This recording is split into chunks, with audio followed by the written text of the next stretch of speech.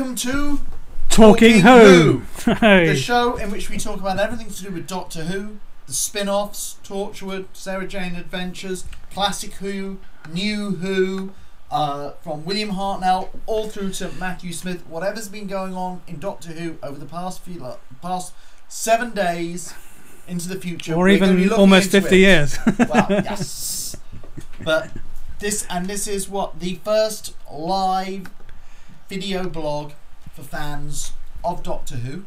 Now in our second episode of our second series. Indeed. We started a bit earlier than with the new series. The new series is back this weekend. Saturday, yes. Killing Hitler.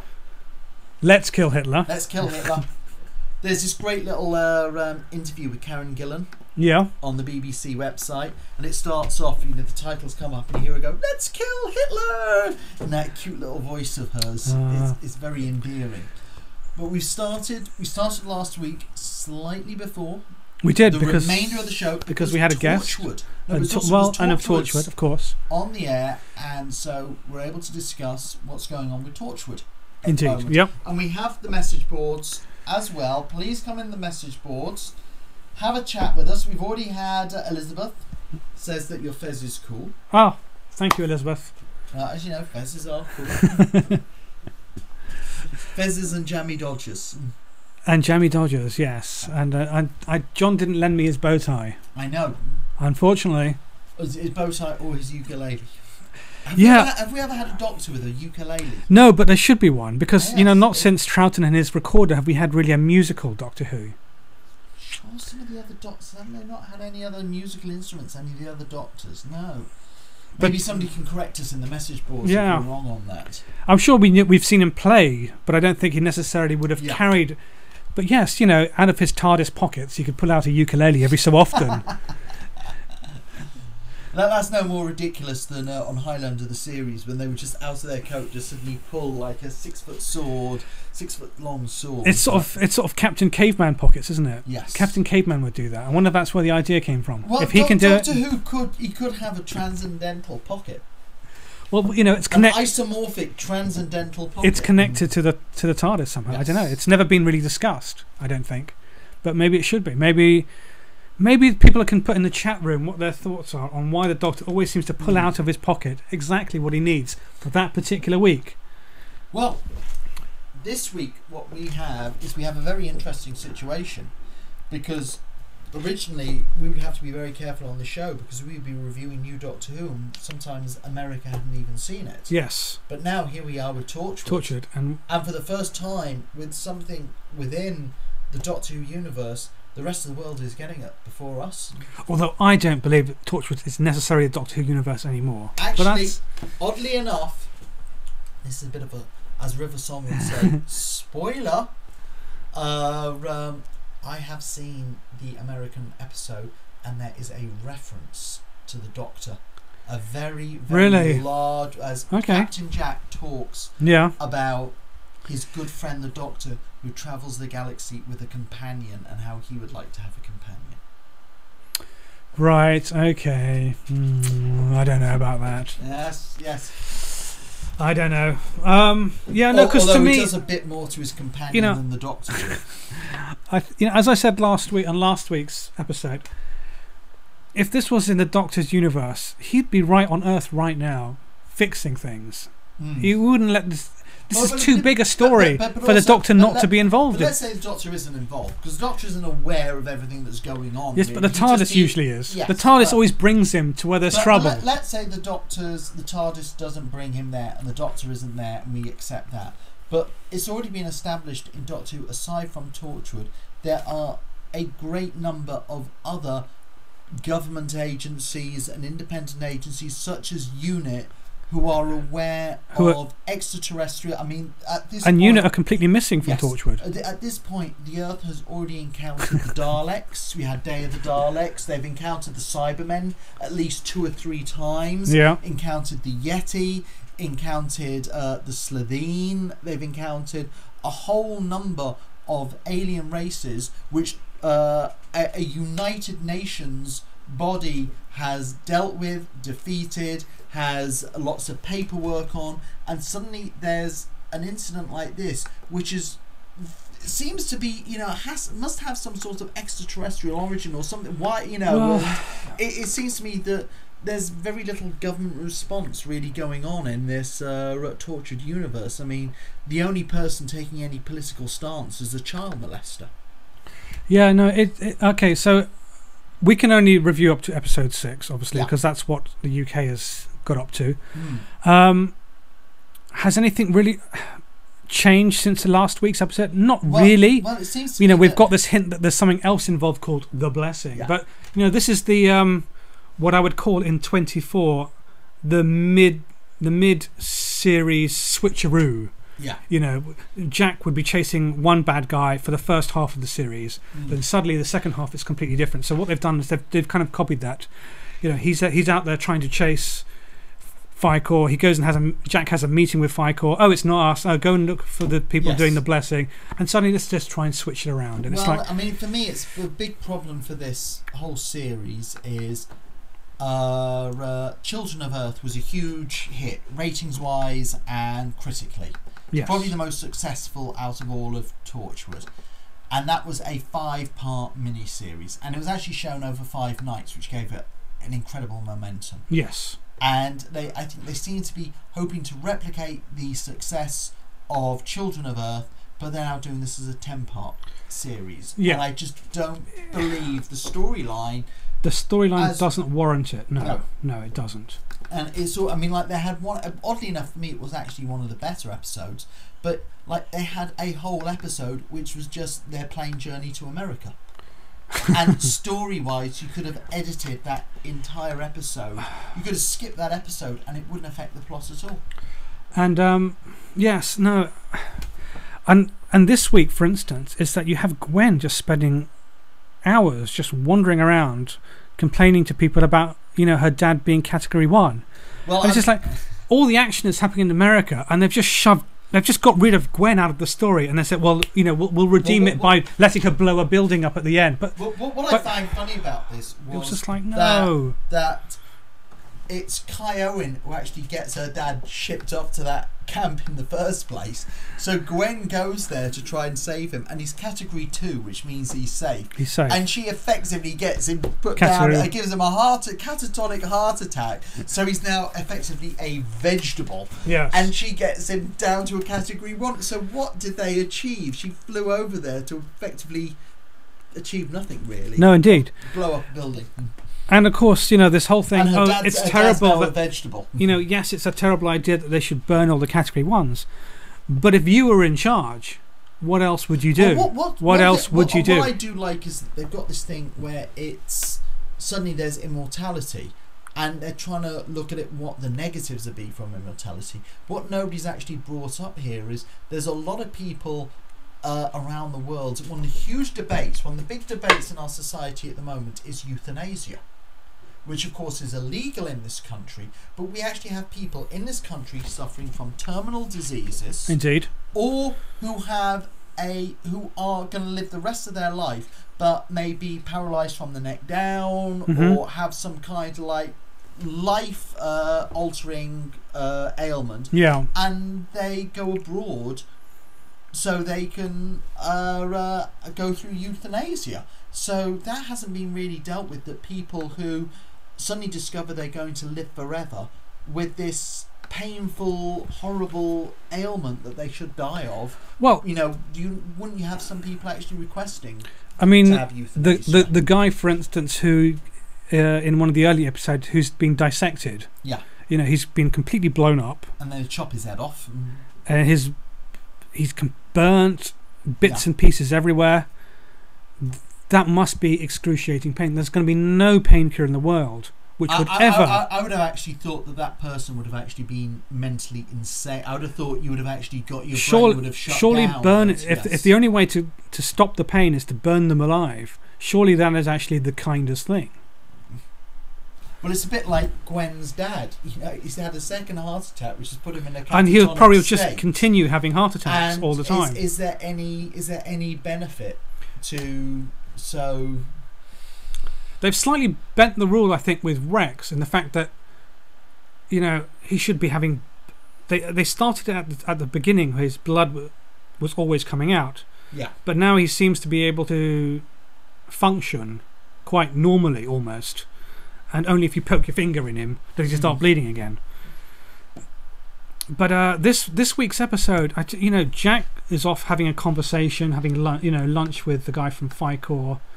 Gwen is just being kind of irritating, really, going on about her dad all the time. Because actually, I don't really care now. It's the guy here from Vicor. He was in Ghostbusters. They've had a lot of kind of like known genre names turning up. They had Deitch and Lackman from Dollhouse. And we've got Q next week. Do we? No, you don't. Or is that the week after? It must be the week after. It's Nana Visitor turns up next week from Deep Space Nine. Right. Okay. So yes, no, and so you've basically hinging the entire episode on Rex and Esther. And Esther's just not a strong enough character. Well, she's already proved to be really irritating. Esther really had FBI training. Or CIA training. I mean, really. I mean, her whole behaviour is like, I wouldn't have thought like the first thing she does when they go she's like a child. Is she contacts her sister. You know what she is? She is Jack Bauer's daughter in the story. Oh, she's the girl who's just going to completely ruin everything for you. Except for not nearly as hot as Alicia Cuthbert. Well, I suppose that depends on your point of view. I think there's quite a few people who would disagree with you there. Well, she really gets on my nerves. Any comments from the chat room?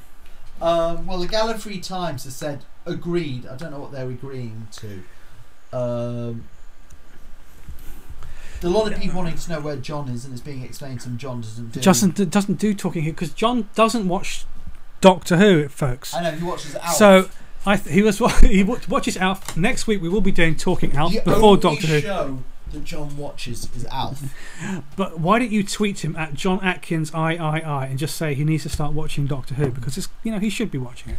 Now, after this series of Torchwood finishes, yes, would you want to see more Torchwood, and what direction do you want to see? You know what? If it carries on like this, no, I don't. I'm a fan of Torchwood. My wife is a bigger fan of Torchwood than I am. She's actually already given up on this series. She's actually stopped watching it. I'm hanging in there because, well, frankly, we need to review it for the show. But if this wasn't Torchwood originally spun out of Doctor Who, then I probably would have given up after episode 2 or 3. A lot of women, I find, you would love Torchwood because of Captain Jack and John Barrowman. He's not doing anything in this series. It's not like Torchwood was originally. It was Captain Jack. He was like the star of the show, and his team. And this is like it's Rex's show. Yes, it's Rex's show.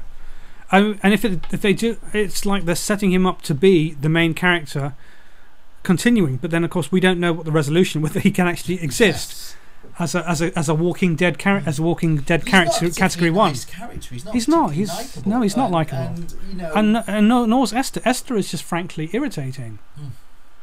Their most interesting character, Gwen, is just been given nothing to do this last 2 or 3 weeks. Yes, she blows up a building, but really, do we care? No, it's too late. Reese Kai Owen has been left holding the baby quite literally. Yes, and he's a great character, and it's a shame they're not using him more, really. Well, he is actually main cast now. Yeah. So, and we're actually getting a bit more from PC Andy as well. Good old PC Andy. What do we got there? No, Gallifrey Times is agreeing on our Torchwood thoughts. Yes.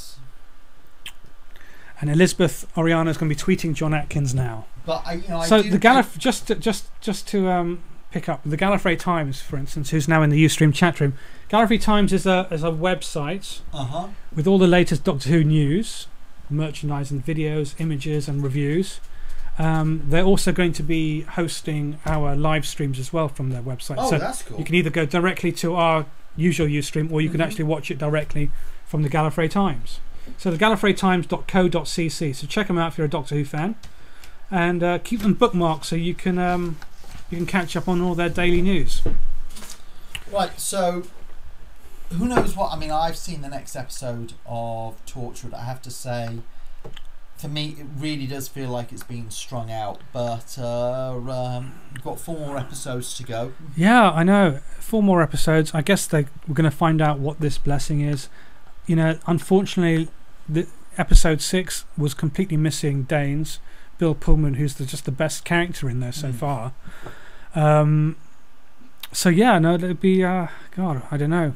So moving on to the next aspect of the show, Phanoptica. Phanoptica. What have you pulled out? Well, Phanoptica, I actually asked people on Twitter. Yeah. You know, what do you have for us for Phanoptica? And what do people pull out for us? And at ATSM Podcast wanted us to show a picture of their daughter with their new knitted Doctor Who scarf. That's a very season set. What season one? Well, it was the 7th year. Season 18. Season 18 scarf. Tom Baker scarf, yeah. Very Logopolis. Yes, indeed. So there you go. That's at ATSM Podcast. Oh. They do a podcast about the music of Doctor Who. Just purely about the music of Doctor Who. So Marie Gold. Worth checking them out. And then at Best Doctor Who. Yeah. Because the regeneration between 1 and 2, I shouldn't say that, the first and the second Doctor. Yep. Is missing. They've actually turned it into a comic strip for all those fans who are unaware or have never seen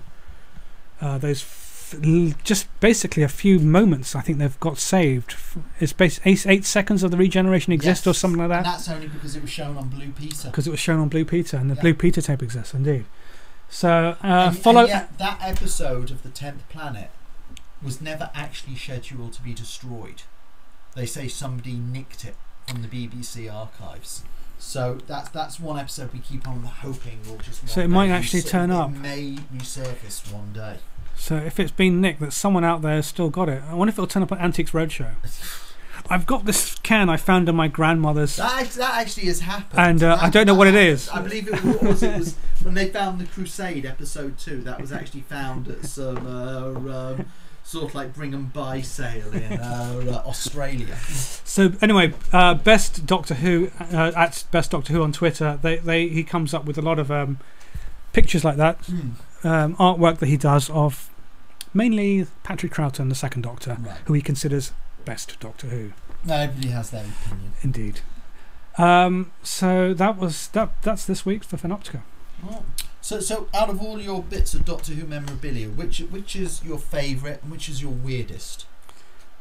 You know, I never really had that much Doctor Who memorabilia. I mean, I've been collecting a lot of the character options classic range just because I just like. I think that's one of the great things actually about classic Doctor Who, which I think we've only really had with characters like the Ood, for instance, is that there are far more iconic characters from the old days. They never changed the Daleks because they were too iconic. Well, they have changed them now, but they did actually. They would make subtle changes. They make subtle change, you know.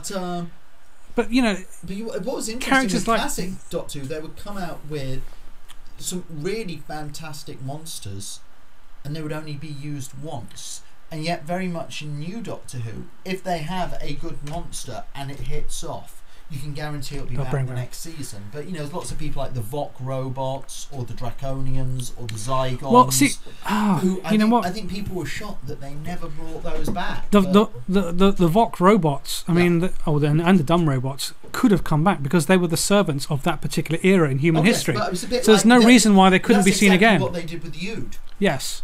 But if they'd had a story like the Robots of Death now, and something that was that successful, they would have brought. I mean, to some extent, they could have done that 2-part. What was the Satan Pit and the Devil Planet? They could have done that 2-part and not had the Ood. They could have actually had Vok and Super Vox and dumb robots. But you don't even have to necessarily feature them. They can almost just be in the background in a story set in the 51st century, where you're walking around and someone gets a cup of tea given to them by a robot, because that's just your normal servant in that particular time period. I have to say that's one of the few stories I can think of, not just forgetting Doctor Who, but in sci-fi in general, where you've had robots being designed for, you know, like an Art Deco, but, you know, given it's not a functional look, but given a look that would fit in with the furniture and fit in with the style of your house and so forth, which is what would happen once robots started being used I suppose that socially. I suppose that was also the disappointment of the I think there's the Voyage of the Damned, because the Angels, when the stills were shown of that, they kind of think, oh, that could be the Vox robot, because they looked almost identical. But then they made them into weird angel things. Well, it could have been Volk robots. Why not? But then it wasn't set in the 51st century, was it? Gallifrey Times said the Oods are awesome. The Oods are awesome. I'm hoping that we might get the designer of the Oods on the show one week as well. Yes. The design of the Oods always reminded me of Call of the Cthulhu. Yes, no, they're very Cthulhu. Cthulhu, is that a word? I don't know how you pronounce it. It's a bit like a Welsh place name. Okay, so what's the next section? We're going to move on to our DVD review of the Sunmakers, a classic Robert Holmes story. Yes, indeed. Should we show the? Yes, we have a clip. A trailer. A trailer. Where are we? We're still in the solar system. The ninth planet. Pluto's a lifeless rock. It is like Earth. It's all wrong. It shouldn't be like Earth. We created a new environment. Oh dear, well it seems to be having problems with our clips this week. Yes. Yeah, I'm not quite sure why. So anyway, unfortunately we can't show you the clip. So what's your feelings of the Sunmakers? The Sunmakers is not my favourite of the Tom Baker of this particular era. You know, I think most of the Leela stories. I think the two weakest ones are this one and what's the one with the giant shrimp man?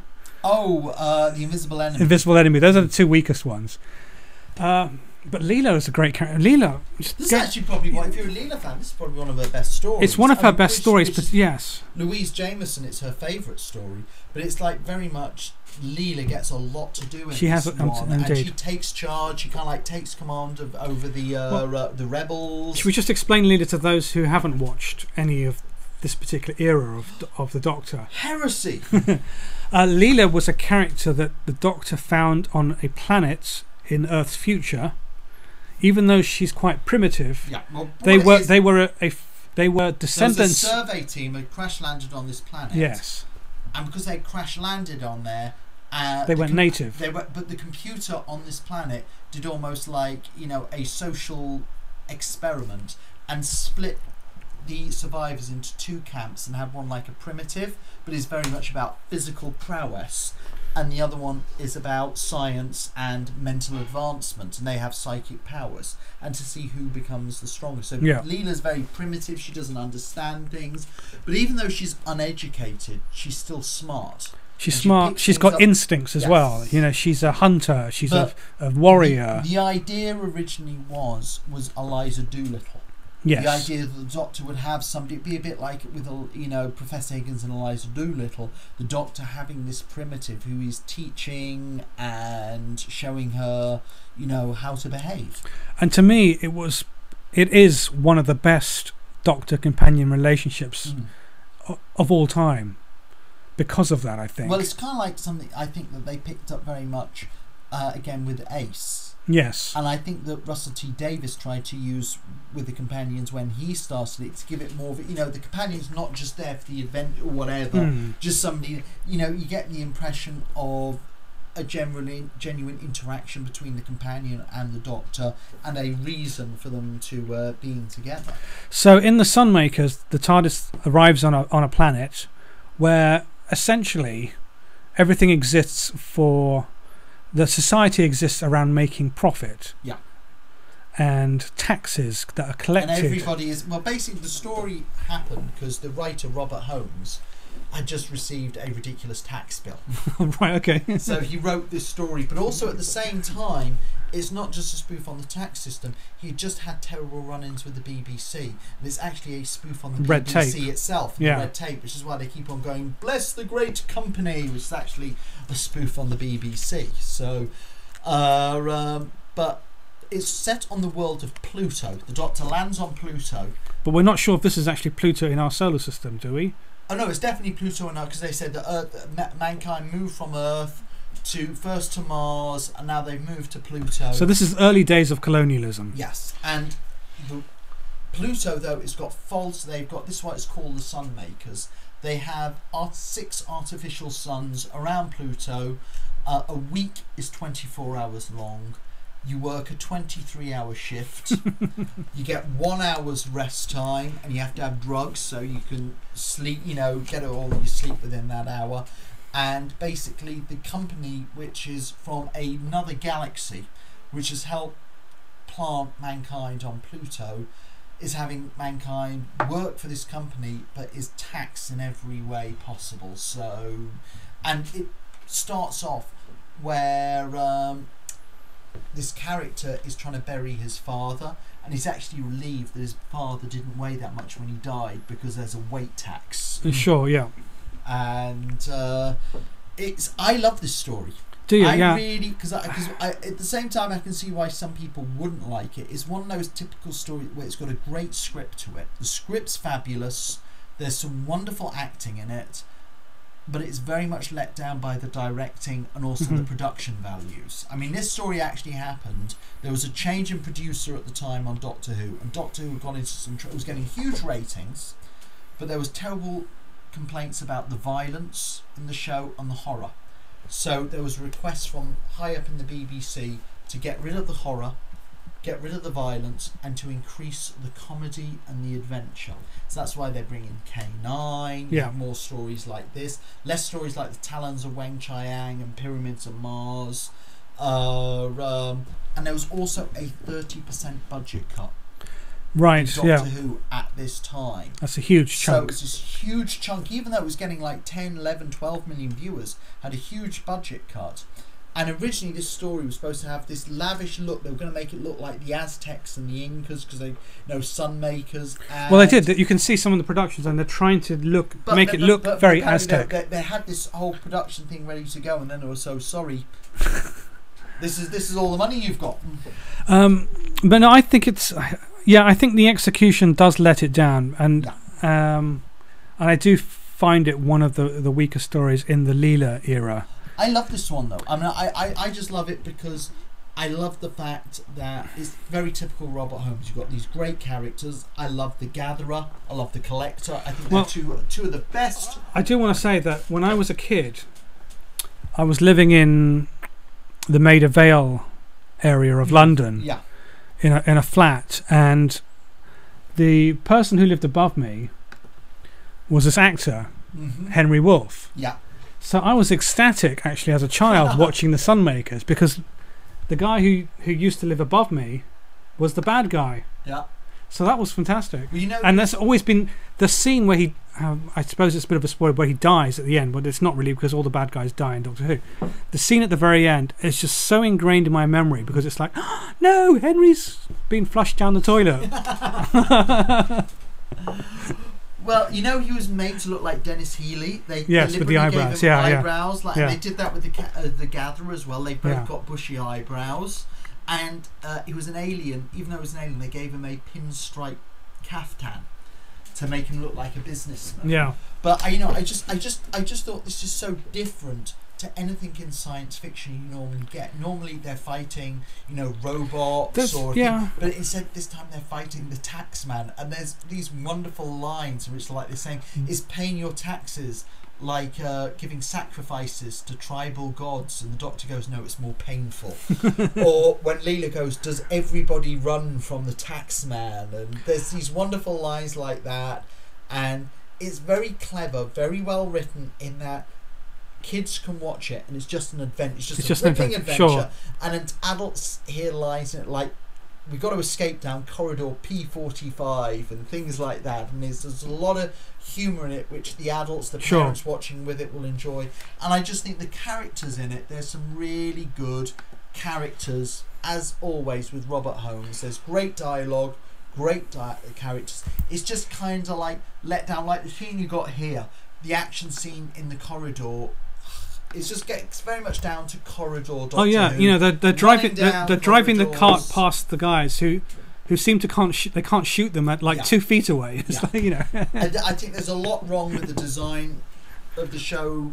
There's a lot wrong with the directing, but I still love this story. On a technical note, though, 2 Entertain's work on the picture quality on fabulous. This is absolutely fantastic. It looks beautiful. You want to know something? Out of everything they've released, what 2 Entertain do, and with what the Restoration do, with the exception of the Silver Nemesis and Revenge of the Cybermen release, which I was very disappointed we didn't get an extended version of Silver Nemesis or some new CGI effects Yeah. in Revenge of the Cybermen. Very different. Apart from that, their work on what they've done with classic Doctor Who is probably the best. Oh no, we have an advert. If you're watching on We Ustream, have an advert on you. Advert attack. Ads attack. on Ustream. Oh dear. Yes.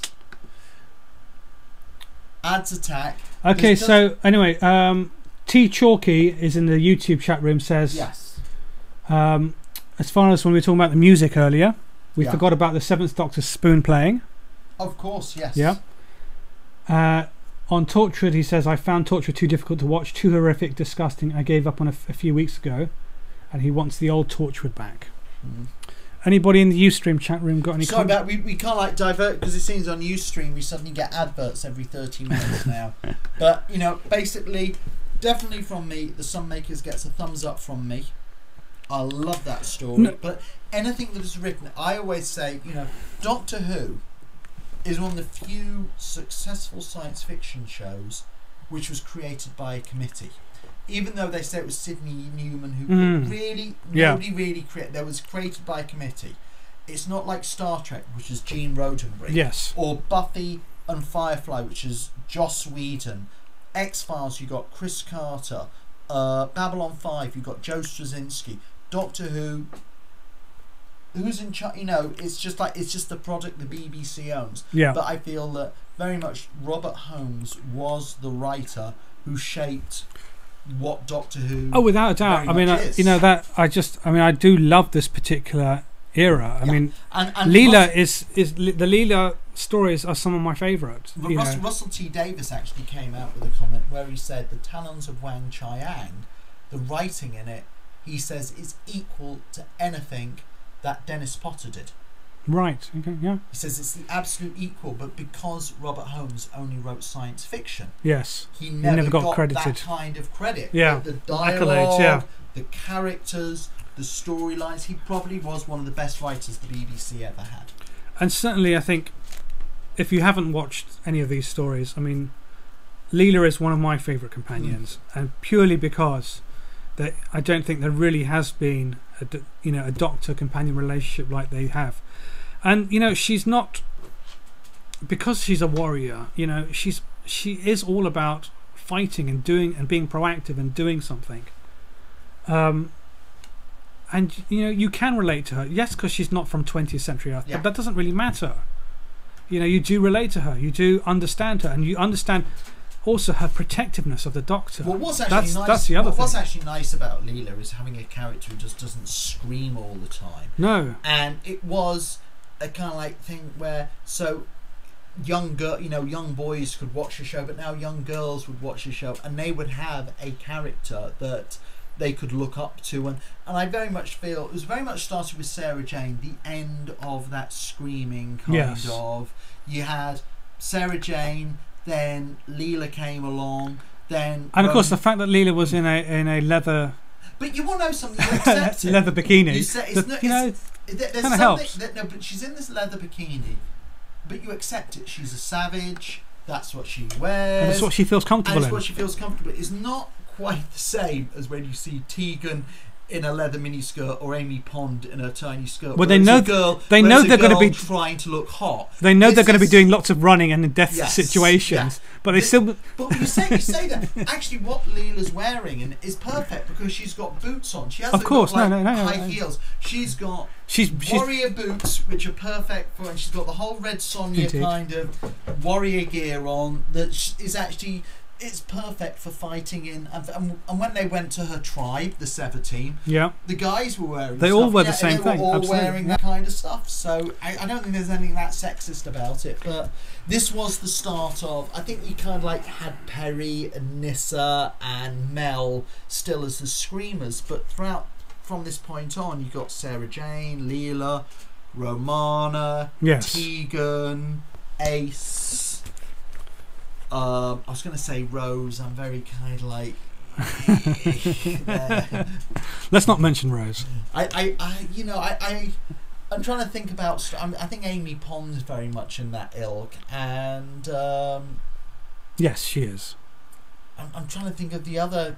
I didn't really find Freema Agyeman that strong. either.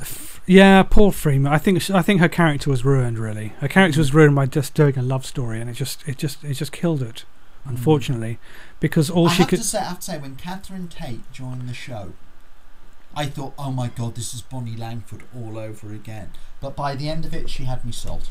Yep, good. I liked Catherine. And Tate. I'd actually put Catherine Tate Donna in that thing where, you know, a strong female character who, and I actually thought the way she was written out the show was actually one of the most heartbreaking ways a character left. Yes, indeed. But Sunmakers, yes, good. I mean, I'll go with the Sunmakers. And extras. What about the DVD extras? You've got a usually they would do like 2 or 3 10-minute documentaries, like one a making of, which is several people doing anecdotes. Then they would do some kind of like scientific thing for a show like this. Then a separate documentary on the political thing. They actually, for this one, they put them all into one documentary. Yeah. And actually, I think it works a lot better that way. It's better to have one long meaty documentary. No, I agree. Especially when you see those, they are in 10-minute episodes, and you think, but that's the same interview from the one they've got earlier. Yeah. So why don't they just put it all together? So that works. It's a very good, and they've got a. Oh God, I'm trying to remember his name now. The music composer. Can somebody remind me in the chat room? And how can I not remember his name? Because he was worked on Doctor Who for 15 years and did a brilliant job on the show until being rather unceremoniously fired by John Nathan Turner. Yes. But they've got a wonderful little documentary. Gallifrey Times agrees. Catherine Tate was very good. She was and very funny, which is good. I would not agree that Perry was but I thought Perry was screaming all the time as well. She did, yeah. Elizabeth Oriana says, I love Tegan and Nissa and Romana. Tegan was brilliant. They're my favourites. Nissa was wet. Nissa was like, a dish rag. Yeah, Nissa suffered from being the third person, really. Yeah. She had no personality. Yeah, she was the third companion, which... Well, actually, it was kind of funny. I felt initially she was the second companion. It was Adric who was the third companion. Yeah. I felt. But then when you had Turlo introduced... Yes. Turlo, I felt he was... Turlo was so interesting. Yeah. Actually. I always thought that the whole 2 companion thing did not really work until they brought... It was Tegan and Turlo with...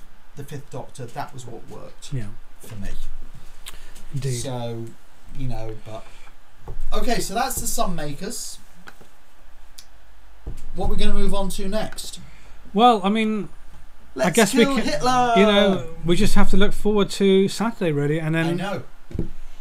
It's going to be interesting. It's interesting that a character like Adolf Hitler on Doctor Who. Yes, and of course, last season we had Churchill. But there's somehow Churchill can still is be there a a connection? Of fun, whereas Adolf Hitler is he's the most pretty much seen as the most evil man who ever. He was into genocide, rape, ethnic cleansing, brought about the most horrific war we've ever suffered. It's actually not the first time that the Doctor has met Hitler, as there were, of course, the New Adventures from Virgin. Oh, well, you can't include New Adventures. The 7th Doctor encountered Hitler. Don't know if this is too much of a spoiler, but Winston Churchill will be returning later this season. I have a feeling that he probably would. Yes, there's definitely a theme of 1940s with Stephen Moffat's. Of course, he wrote the original story, which set during World War II, which introduced Captain Jack. Yeah. So there's definitely a theme with Stephen Moffat in World War II. I wonder if he really, really wants to do a World War II movie. This is his way of somehow throwing whatever he can. It's going to be interesting to see how this all plays out with the silence. Yes, we know this. With Glynis Barber, the eye patch woman. Frances Barber. Glynis Barber was Madame Kavorian, yes. Frances Barber, yeah. How that's going to play into it, and also River Song. Yes, and indeed. Her connection with everything, and it's going to be interesting to see how River Song and Amy now interact together. Yeah, now that Amy does know that Riversong is her daughter. Or is she? Yes, I'm still hoping it's an or is she. Well, I really am still hoping. Well, Riversong, she's a con merchant, she's a criminal, she's a murderer, and she has access to information about the Doctor that he doesn't have yet. So it would actually be very easy for Riversong to make something up like that. And the Doctor who might know that, the one who's in 200 years in the future, yeah, was killed in the Impossible Astronaut. Is there a particular reason? Now that's going to be an interesting thing to see how it all ties together. They will actually work that all through. That's going to be an interesting thing, seeing as the Doctor has, although they have already established in Moffat's thing that time can be changed. Yes, they have, and we're assuming that. Well, they go on about time can be changed, but time has always been changed through Doctor Who. I know, but it's the whole story of the Earth has changed so many times because of the Doctor's interference. So who knows how many different futures we actually do have ahead of us. Well, the Gallifrey, it's like a spider web. Time says Doctor Who has become more confusing since Stephen Moffat took charge. What would you say to that? I think that would be fair to say. I think he is definitely doing it on purpose. He's being clever. But it was interesting to read in his interview yesterday, I think, where he said that from Series 7 he plans to actually pull back from those complex multi-episode story arcs and go back to almost single one-off stories. Well, what I love about Stephen Moffat myself, which I find is different to Russell T Davies, was I always got the impression Russell T Davies made it up as he went along. Yeah. Whereas when you watch something done by Stephen Moffat, it might seem very confusing, but you know when you get to the end there will be a payoff and everything has been very carefully thought out. Yes. And I'd also say, I have to say, Impossible Astronaut, that two-parter confused the hell out of me. But I completely believe when we get to the final episode this season, I'll understand where it's all going. But only that was confusing to me. I had no problems with the Black Spot or the Ganga two-part or anything else that's happened, the stuff he hasn't written. I felt everything else has been, very good, and then simple Doctor Who. And maybe this wasn't the season where you are going to break it into two halves to introduce a two-parter at the very beginning. Yeah. Where actually you're not going to get the payoff until the very, very end. But you've got this several weeks gap in between, episode 7 and episode 8. They may have wanted to do it because they had that cliffhanger at the end. I have to say I wasn't very impressed, considering we were told it was going to be a game changer. I was very unimpressed with that. Well, yeah, you have to take all these things with a pinch of salt, because what are they going to say? Yeah, it's going to be the most boring ending. It's not that exciting ending. You've got to say it's the most exciting ending that's ever been. It's going to change everything. Okay, so next week we want all of you, well, you don't have to really say this, but you've got to watch the new Doctor Who. So next week you're going to be, sadly I'm not going to be here next week. I will be in Atlanta at DragonCon. Indeed. I'm hoping, fingers crossed, maybe you can tweet them, the guys at Naked Scarf podcast might be coming in and taking your place. Mm-hmm. They do a Doctor Who review podcast, and they've said they possibly might be coming in to assist us. So you can tweet at Naked Scarf and tell them to yes, we want you on right here, Andy and Adam. Well, next week you're going to have a new Doctor Who episode to discuss. Indeed. A new Torchwood episode to discuss. Well, if nothing's actually happened, then probably not. There's nothing to say. And also, I don't think it's next week. Is it the week after it's coming out? When's Day of the Daleks coming out? It's Day of the Daleks DVD comes out early September. Yeah. Something to look forward to, that. Indeed. Yes, we'll be going to the screening of that and hopefully catching some interviews with some of the people behind the release of the restored Day of the Daleks, and bringing that to you on a future episode. But yes, it's I think exciting times ahead. T Chalky in the YouTube chat room says, I loved Ace. I used to think Ace was so cool when I was a kid. Mm-hmm. I loved Ace as well, actually. Ace was a brilliant character. Ace was a great character. Ace, I think, was one of the all-time great Doctor. I mean, I really was. I feel between Ace, Sophie Aldred and Sylvester McCoy, and also Tom Baker and Sarah Jane, Elizabeth Sladen, was one of the few times where it really was a show of equals. You know, it was about not, you know, the Doctor and whoever. It was about those two characters. And when they actually said when the series started again and Russell T Davies took it over, and they said this was the first time with Rose Tyler having, you know, it had actually been done with Ace, and it had been done with Sarah Jane, who actually Russell T Davies also created. Apparently, yes, he created Sarah Jane. Said Yes. with a bit of irony. Yes. Okay, well, enjoy Let's Kill Hitler this weekend. Yes, indeed. Enjoy that. Tell your friends about Talking Who, so they'll come and watch us next week as well. You can also get us on Twitter. We're on Twitter with the latest information. Follow us on Twitter. Join us next week. I'll be back in about 2 weeks' time, and we'll see you then. Thanks very much for joining us tonight.